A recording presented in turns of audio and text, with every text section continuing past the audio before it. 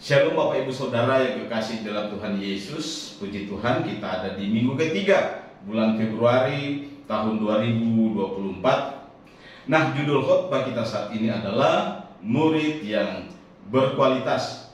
Mari kita lihat di dalam Lukas pasal 9 ayat 23. Demikian firman Tuhan. Katanya kepada mereka semua, setiap orang yang mau mengikut aku, ia harus menyangkal dirinya, memikul salibnya setiap hari, dan mengikut aku. Nah, saudara, menjadi orang percaya, kita tidak berhenti di situ saja, tetapi kita harus siap untuk dimuridkan. Dimuridkan berarti kita harus mengalami proses pembelajaran setiap hari.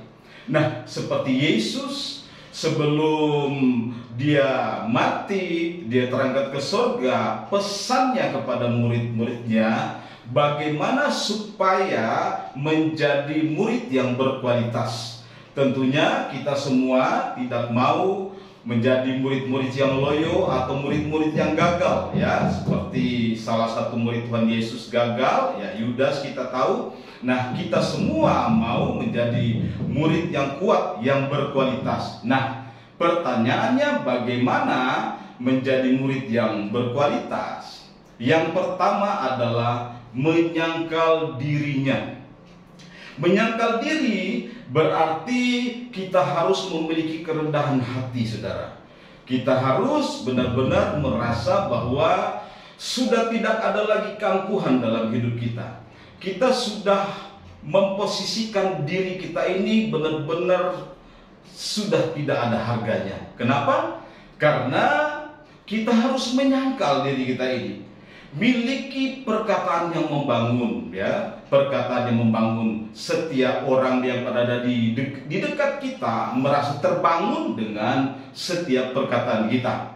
Miliki kepedulian terhadap sesama. Nah, karena kita benar-benar harus menyangkal diri. Jadi bagaimana diri kita ini bisa ada satu empati kepada orang lain. Nah, itu poin yang pertama.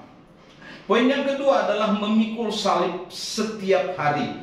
Memikul salibnya di sini adalah salib kita sendiri. Jadi kita sendiri harus memikul salib setiap hari. Berarti kalau kita memikul salib biasanya diartikan dengan masalah, persoalan kita pribadi. Nah, sebab itu kita harus kuat untuk menghadapi masalah, ya. Kita harus mampu untuk menghadapi masalah. Kita harus bertanggung jawab di dalam setiap tugas. Kita tidak bisa menyerah, ya. Oh, saya tidak mampu, oh, saya tidak bisa. Kita harus kuat, kita harus siap, kita harus benar-benar bisa bertanggung jawab di dalam setiap tugas yang diberikan kepada kita.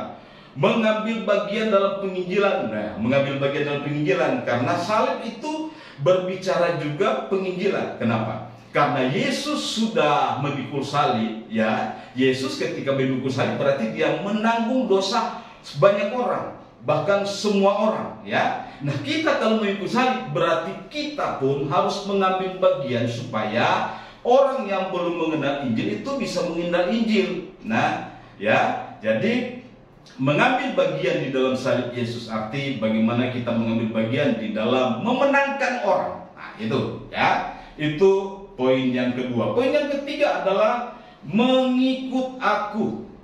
Nah, Yesus berkata, kalau mau menjadi murid yang berkualitas, dia harus menyangkal diri, memikul salibnya, baru mengikut aku. Nah, bagaimana mengikut aku? Mengikut aku berarti kita fokus aja kepada Yesus. Kita adalah domba, Yesus adalah gembala. Nah, domba bagaimana supaya dia tidak tersesat? Fokus aja kepada sang gembala, yaitu Yesus. Nah, kita harus mengikut dia terus, mengikut dia terus. Nah, bagaimana di dalam mengikut dia? Berarti kita harus setia ibadah raya, ya. Setia ibadah, ya. Bagaimana kita dapat mengetahui firman-Nya kalau kita tidak ibadah, ya? Kita harus setia dalam triparti supaya kita dibangun, kita diingatkan tiap hari, kita bertumbuh di dalamnya. Nah, kita harus setia berkorban. Berkorban dalam apa? Keuangan, waktu, tenaga, pelayanan, ya, kita harus berkorban. Nah, saudara, di sini pesan yang harus disampaikan adalah menjadi murid yang berkualitas dalam segala hal. Berkat jika melakukan, tentu kita akan menyenangkan hati Tuhan. Kalau akibat jika tidak melakukan, mendatangkan murka Tuhan. Nah, kita baca lagi ayat pokoknya di Lukas pasal 9 ayat 23. Katanya kepada mereka semua, setiap orang yang mau mengikut aku, ia harus menyangkal dirinya, memikul salibnya setiap hari, dan mengikut aku. Sekarang kita sharing. Kita sharingkan pertanyaan pertama. Sharingkan bagaimana kita belajar rendah hati untuk dimuridkan. Ya, bagaimana kita belajar rendah hati untuk dimuridkan. Pertanyaan kedua, sharingkan campur tangan Tuhan dalam hal apa sehingga kita kuat menghadapi masalah. Ya, mari kita sharingkan dua pertanyaan ini. Proyek ketaatannya adalah terus setia dalam ibadah raya Triparti sebagai murid yang berkualitas.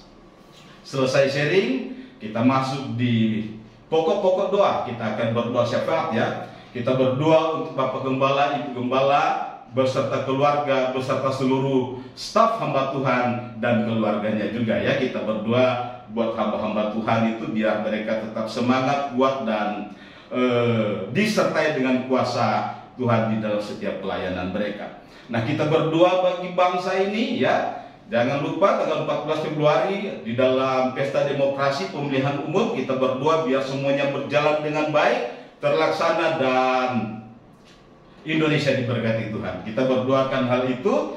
Dan mungkin saudara mau berdoa pokok-pokok doa yang lain bisa ditambahkan di sana, dipersilakan, ya. Dan jangan lupa di akhir Triparti kita berdoa bagi keluarga yang ketempatan dengan membaca Bilangan pasal 6 ayat 24 sampai 26. Nah, oke. Selamat bertripakti, tetap semangat, salam discipleship.